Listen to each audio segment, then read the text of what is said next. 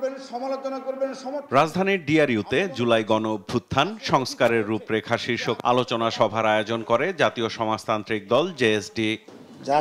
গোপালগঞ্জের ঘটনা খুনিদের আবার মাথাচাড়া দেওয়ার সুযোগ তৈরি করে দিচ্ছে বলে অভিযোগ করেন বক্তারা।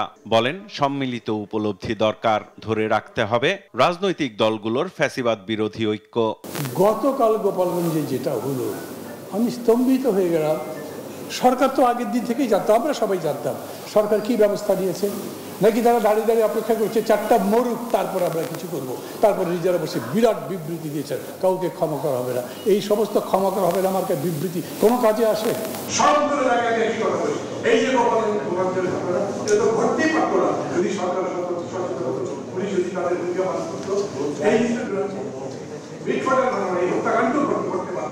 এই গালিগালাজের সংস্কৃতিতে আমাদেরকে এই ধ্বংসস্তূপে এনেছে। সুতরাং আমার অনুরোধ থাকবে, পুরনো সংস্কৃতির কি কি দিক আমরা বাদ দিব, আসেন সেটা নিয়ে কথা বলি। গোপালগঞ্জের ঘটনার তীব্র নিন্দা জানান বিএনপির স্থায়ী কমিটির সদস্য আমির খসরু মাহমুদ চৌধুরী।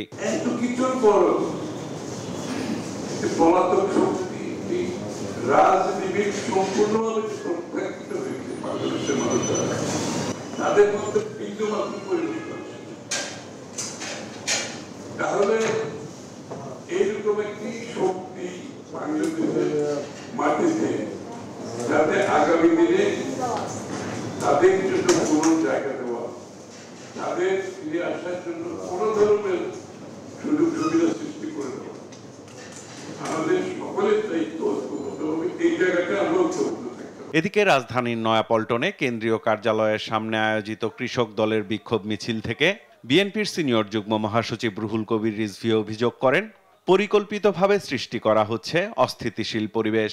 সরকার আর আধুনিক রাষ্ট্র পরিচালনার দায়িত্ব তো রাজনীতিবিদের, তাহলে সেই রাজনীতিবিদরা আজকে বঞ্চিত করো কেন? আজকে নির্বাচন পিছানোর কথা বলা হয়, যেখানে সরকারকে মানুষ অভিযোগ করে সেইখানে আপনার তারেক রহমানের বিরুদ্ধে আপনারা অভিযোগ করছেন। এটা চক্রান্ত, এটা ষড়যন্ত্র, এটা নির্বাচন পেছানো, অথবা আপনারা কোন কুচক্রীদের সাথে আপনারা সম্পর্ক রাখছেন। সাইফুল রিপন, দেশ টিভি, ঢাকা।